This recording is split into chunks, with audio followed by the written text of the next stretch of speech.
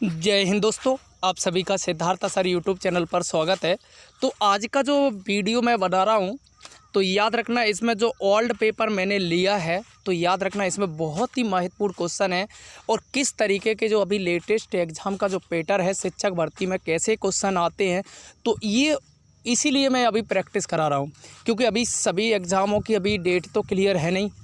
तो अभी हमारे पास ज़्यादा से ज़्यादा नए नए क्वेश्चन हम लेकर आ रहे हैं। तो चलिए, जो न्यू है वो यहाँ से चैनल को सब्सक्राइब कर लीजिए, बेल बटन दबा दीजिए, अपने दोस्त फ्रेंड को शेयर कर दीजिए।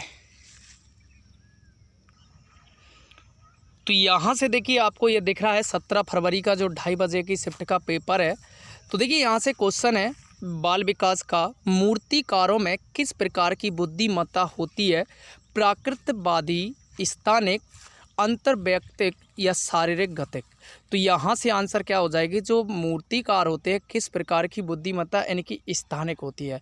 यानी कि जैसे देखो, मैं आपको बताऊं कि जैसे हर जगह, जैसे अपने यहाँ जैसे जब यानी कि प्राचीन काल में गंधर्व शैली होती थी, ये अलग अलग एक वो होता है। तो उत्तर भारत की अलग मूर्तियों का हिसाब होता है, दक्षिण भारत की अलग होता है, ये पूर्वी अलग। तो यही सिस्टम होता है। तो ये क्या होता है, एक स्थानिक। तो आंसर यहाँ से जो हो जाएगा अपना सेकंड। क्वेश्चन नंबर सेकंड है, डैश वह विधि जिसमें किसी व्यक्ति को उसकी वृद्धि के दौरान एक परिवर्तनशील अवधि के लिए समान व्यक्ति का प्रेक्षण और मापन करते हुए अध्ययन किया जाता है।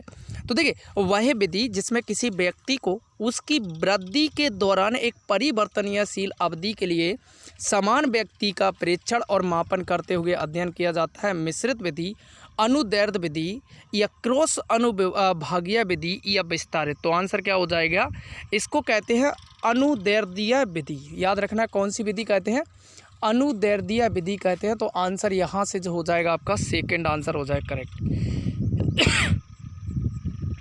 क्वेश्चन नंबर थर्ड है, विद्यालय के प्रदर्शन में सफलता सबसे महत्वपूर्ण है क्योंकि इससे बच्चे को निम्न में मदद मिलती है: अन्य छात्रों के समक्ष अपने ज्ञान का प्रदर्शन, परीक्षा पास करना, पुरस्कार जीतना, अधिगम के संबंध में अधिक आत्मविश्वास महसूस करना।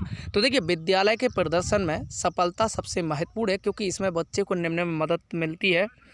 तो याद रखना किसमें, अधिगम के संबंध में अधिक आत्मविश्वास महसूस करना। तो आंसर जो हो जाएगा 4 आंसर हो जाएगा करेक्ट।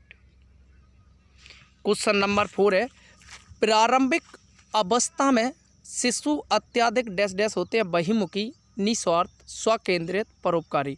तो यहाँ से इस तरीके का क्वेश्चन हम लोग बहुत ज़्यादा कर चुके हैं, स्वकेंद्रित यानी कि ईगोन सेंट्रिक। तो याद रखना आंसर हो जाएगा, यानी कि छोटी सी बात पर वो यानी कि नाराज़ हो जाते हैं। समझ रहे, अपने छोटे से बच्चे को जब डांटते हैं तो तुरंत ही नाराज़ हो जाता है। तो याद रखना आंसर हो जाएगा थर्ड। क्वेश्चन नंबर 5 है, पारंपरिक रूप से मास्लो के सिद्धांत में कितने प्रकार की आवश्यकताओं को वर्णित किया गया है? 2, 6, 5, 3। तो आंसर क्या हो जाएगा 5। तो याद रखना आंसर हो जाएगा थर्ड जो कि करेक्ट। क्वेश्चन नंबर 6 है, एक बहिर्मुखी बच्चा कैसा होगा? आपके आंतरिक मस्तिष्क से चिंतन को प्रवृत्त करे, बल्कि सिर्फ निरीक्षण करे, अधिक चिंतन और बातचीत कम करे, तीव्र वातावरण में रहना पसंद करे। तो एक बहिर्मुखी जो है, तो यहाँ से आंसर जो आपका हो जाएगा बहुत ही सिंपल, तीव्र वातावरण में रहना पसंद करे। तो आंसर क्या हो जाएगा आपका, आंसर हो जाएगा 4 यानी कि करेक्ट।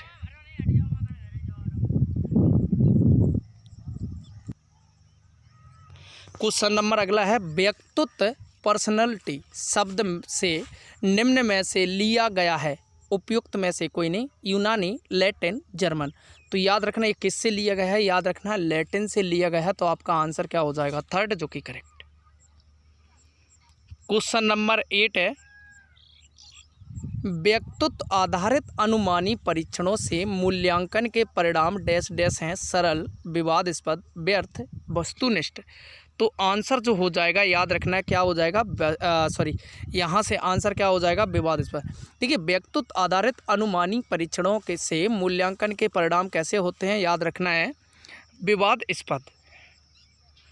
यानी कि देखो अनुमानित बहुत सारी चीज़ें होती कि दूसरा वैज्ञानिक कुछ और मानता है, हम लोग कुछ, यानी कि अपनी चाहे धारणा हो। बच्चों को चोट लगने के बारे में लगभग प्रतिदिन चिंता होती, इसका कारण है स्वलीनता, ध्यानाभाव एवं अति सक्रियता विकार, चिंता विकार, अधिगम अक्षमता। तो आंसर क्या हो जाएगा? चिंता विकार के कारण। याद रखना, यहाँ से आंसर हो जाएगा थर्ड, जो कि करेक्ट। क्वेश्चन नंबर 9 है, निम्नलिखित में से कौन सा एक व्यक्तिगत अंतर नहीं है जो संभवतः अधिगम को प्रभावित कर सकता है? शरीर द्रव्यमान, बुद्धिमत्ता, अनुभव, अभिप्रेरणा। तो यहाँ से जो आंसर क्या हो जाएगा? शरीर द्रव्यमान।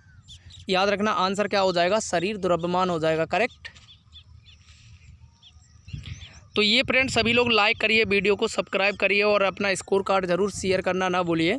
निम्नलिखित में से कौन सा कैटल द्वारा तैयार किया गया व्यक्तित्व परीक्षण है? वाक्य पूर्णता परीक्षण, NEO यानी कि FFI, 16 व्यक्तित्व कारक प्रश्नावली, या फिर नियंत्रण का ठिकाना। तो यहाँ से जो यानी कि कैटल द्वारा अपन को बताना था, तो याद रखना 16 व्यक्तित्व कारक प्रश्नावली। तो याद रखना यानी कि 16 पर्सनैलिटी फैक्टर क्वेश्चनायर। तो याद रखना आंसर हो जाएगा आपका यहाँ से थर्ड, जो कि करेक्ट। क्वेश्चन नंबर यहाँ से 12 है, एक योग्यता परीक्षा में किसी व्यक्ति के भविष्य की उपलब्धियों की संभावनाओं का कोई भी अनुमान डैश डैश है। एक संभावना, एक निश्चितता, एक प्रश्न, एक धारणा। तो आंसर यहाँ से क्या हो जाएगा? एक संभावना आंसर हो जाएगा, करेक्ट। क्वेश्चन नंबर यहाँ से 13 है, उदाहरणों से सामान्यीकरण की ओर बढ़ना, सहसंबंध, आगमन, आगमनात्मक, आकस्मिक, निगमनात्मक। तो आंसर यहाँ से जो हो जाएगा, याद रखना जब उदाहरणों से जब शुरू होता है उसको कहते हैं आगमनात्मक। अगला क्वेश्चन है यहाँ से 14 है, बांडुरा पारस्परिक नियतवाद में विश्वास करते थे। इसका अर्थ है परिवेश और किसी का व्यवहार एक दूसरे के कारण बनता है।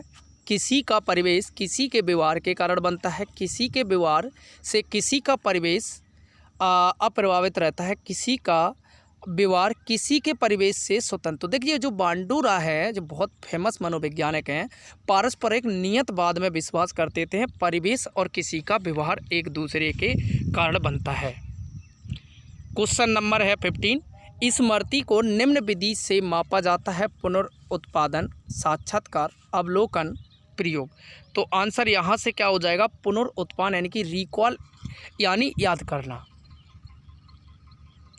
क्वेश्चन नंबर आपका यहाँ से 16 है, नकारात्मक दृष्टिकोणों का वर्णन करने के लिए किस पद का उपयोग किया जाता है जिससे लोग उनके लिंग के आधार पर किसी व्यक्ति के लिए करते हैं? पितृसत्ता, जातिगत भूमिका, लिंग भेद, समाजीकरण। तो आंसर यहाँ से क्या हो जाएगा? आंसर हो जाएगा लिंग भेद, जो कि 13।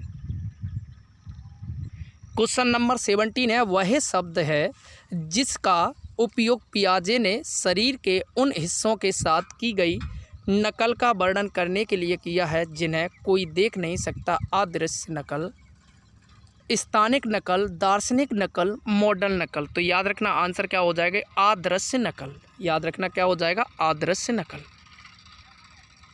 क्वेश्चन नंबर 18 है, किसी की आनुवांशिकता डैश डैश समय पर निर्धारित की जाती है? परिपक्वता, गर्भधारण, विकास, जन्म।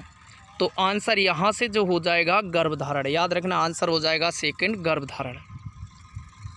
क्वेश्चन नंबर जो कि 19 है, परामर्श में डैश शामिल होता है? परामर्शदाता और व्यक्ति के बीच विचारों का आदान प्रदान और परामर्श, केवल व्यक्ति को परामर्शदाता से सलाह, केवल परामर्श के साथ व्यक्ति द्वारा समस्या साझा करना, ज़रूरत वाले बच्चों के साथ मुद्दों की पहचान करने वाले। तो यहाँ से परामर्शदाता और व्यक्ति के बीच के विचारों को आदान प्रदान। तो याद रखना आंसर हो जाएगा फर्स्ट, जो कि करेक्ट है।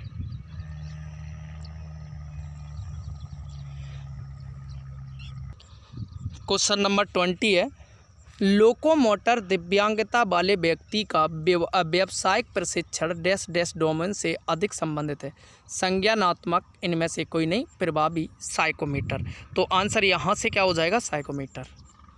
तो फ्रेंड्स ये थे 20 क्वेश्चन, आपको स्कोर कार्ड शेयर करना है कि 20 ऑफ कितने हैं। तो थैंक यू फ्रेंड्स, सभी लोग लाइक करिए, सब्सक्राइब करिए, अपने दोस्त फ्रेंड को शेयर करिए वीडियो को।